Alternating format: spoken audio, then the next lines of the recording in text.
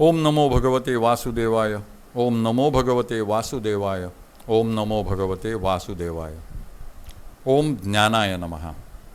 सार्थ ज्ञानेश्वरी दिवस 131. अध्याय 6. आत्मसंयम योग. श्री गणेशाय नमः. हि तेन एव पूर्वाभ्यासेन अवशः अपि सहा हीयते योगस्य जिज्ञासुः अपि शब्द ब्रह्म अतिवर्तते.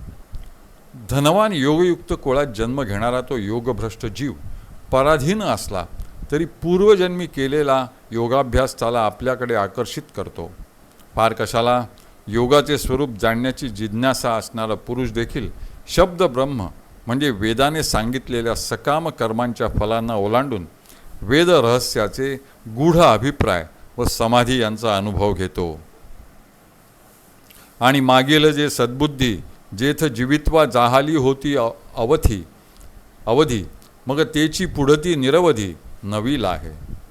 तेथ सदैव आणि पायाळा तरी दिव्यांजन होय डोळा मग देखे जैसी अवलीळा पाताळ धने. तैसे दुर्भेद जे अभिप्राय का गुरुगम्य हन ठाय तेथ संवरसे विण जाय बुद्धी तयाची. बळीये इंद्रिये येती मना मन एकवटे पवना पवन सहजे गगना मिळोची लागे. आणि पूर्वजन्मांमधील सद्बुद्धी जी त्याला मागील जन्माचा शेवट होताना प्राप्त झाली होती तीच सद्बुद्धी त्याला या जन्मात सतत नव्याने प्राप्त होत राहते. एखादा भाग्यवान पुरुष पायाळू असून वरून त्याला डोळ्यात घालण्यासाठी दिव्यांजन मिळाले तर ज्याप्रमाणे पाताळामधील धन देखील सहज त्याच्या दृष्टीस पडते त्याप्रमाणे जे अभिप्राय व सिद्धांत दुर्भेद म्हणजे आकलन होण्यास कठीण असतात अथवा जे केवळ गुरुमुखातून श्रवण केल्यास आकलन होतात त्या सिद्धांताचे त्याच्या बुद्धीला सहज आकलन होते. बलवान इंद्रिये आपणहून त्याच्या मनाच्या स्वाधीन होतात. मन प्राणवायूशी ऐक्य पावते आणि पवन म्हणजे प्राणवायू चिदाकाशात सहज मिळून जातो. ऐसे नेणो काय अपैसे तया तेची कीजे अभ्यासे समाधी घर पुसे मानसाचे. जाणी जे योग पिठीचा भैरवू काय हा आरंभ रंभेचा गौरव की वैराग्य सिद्धीचा अनुभव रूपा आला. हा संसारू उमाणिते माप का अष्टांग सामग्रीचे द्वीप जैसे परी मळेची धरिजे रूप चंदनाचे. तैसा संतोषाचा काय घडिला की सिद्धी भांडारी हुनी काढिला दिसे तेणे माने रूढला साधक दशे. हे सगळे असे सहजच कसे होते ते काही समजत नाही. योगाभ्यास त्याला आपोआप साध्य होतो आणि समाधी त्याच्या मनाला शोधत येते. जगाचा आरंभ करणारी जी रंभा वा पार्वती तिचा गौरव करणारा योगपीठाचा अधिपती भैरव वा शंकर अथवा जणू वैराग्य सिद्धीचा अनुभव मूर्तिमंत प्रकट झाला आहे असे त्याला पाहून वाटते. हा पुरुष म्हणजे संसार मोजण्याचे माप आहे किंवा अष्टांग योगाच्या सामग्रीचे द्वीप आहे असे वाटते. परिमळाने ज्याप्रमाणे चंदनाचे रूप धारण करावे त्याप्रमाणे साधक दशेत केलेल्या साधनेमुळे तो संतोषानेच घडलेला आहे किंवा रिद्धी सिद्धींच्या भांडारातून काढलेला आहे असा दिसतो. तू प्रयत्नान यतमान हा योगी संशुद्ध किल्बिषः अनेक जन्म संसिद्धा ततः पराम गती याती. आणि नंतर प्रयत्नपूर्वक योगमार्गाचे आचरण करण्यात रत झाल्यावर तो योगी संचित पापांची शुद्धी होऊन व पापकर्मांपासून मुक्त होऊन अनेक जन्मात केलेल्या साधनेने सिद्ध होतो. मग योगसिद्ध झाल्यामुळे तो परमगतीला म्हणजे मोक्षाला प्राप्त होतो. जे वर्ष शतांची या कोडी जन्मसहस्रांची या आडी लंघिता पातला थडी आत्मसिद्धीची. म्हणून साधन जाता आघवे अनुसरे तया स्वभावे मग आयतीये बैसे राणीवे विवेकाचिये.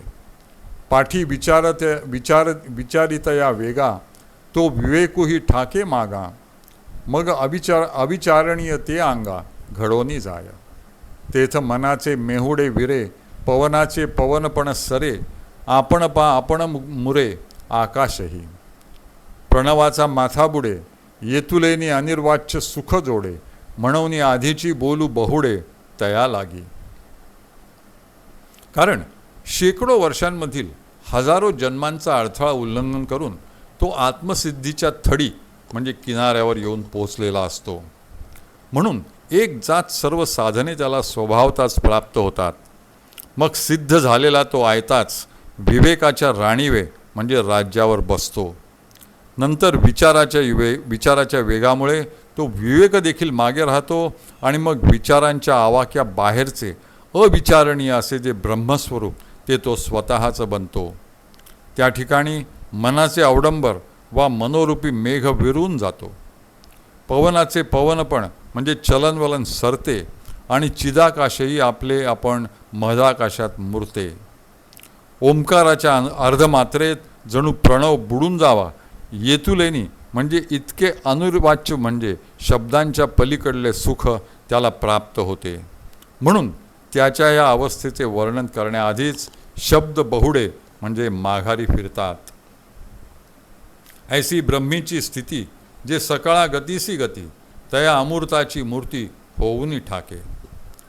तेणे बहुती जन्मी मागिली, विक्षेपाची पाणीवळे झाडिली, म्हणूनी उपजत खेवो बुडाली लग्न घटिका. आणि तद्रुपतेसी लग्न लागोनी ठेले अभिन्न, जैसे लोपले अभ्र गगन होऊनी ठाके. तैसे विश्व जेथ होये मागवते जेथ लया जाये, ते विद्यमानेची देहे जाहला तोगा.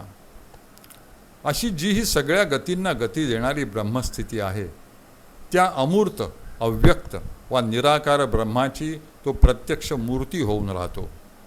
त्याने मागच्या अनेक जन्मात मनाला भ्रष्ट करणाऱ्या विक्षेपांचा म्हणजे शंका, कुशंका, संशय, भौतिक आकर्षणे इत्यादींचा केर कचरा झाडून टाकल्यामुळे ह्या जन्मी त्याची लग्न घटिका म्हणजे संसाराविषयीची अनाठाई लालसा उपजता क्षणीच नष्ट होते.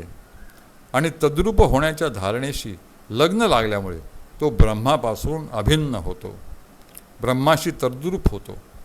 अभ्र वा ढग लोपले की ज्याप्रमाणे गगनाशी एकरूप होऊन राहतात, त्याप्रमाणे हे अर्जुना ज्या स्वरूपापासून हे विश्व उत्पन्न होते व ज्या स्वरूपात ते पुन्हा लयाला जाते, ते ब्रह्मस्वरूप विक्षेपादी विघ्ने नष्ट झाल्यामुळे हा विद्यमान देहानेच तोच होऊन राहतो.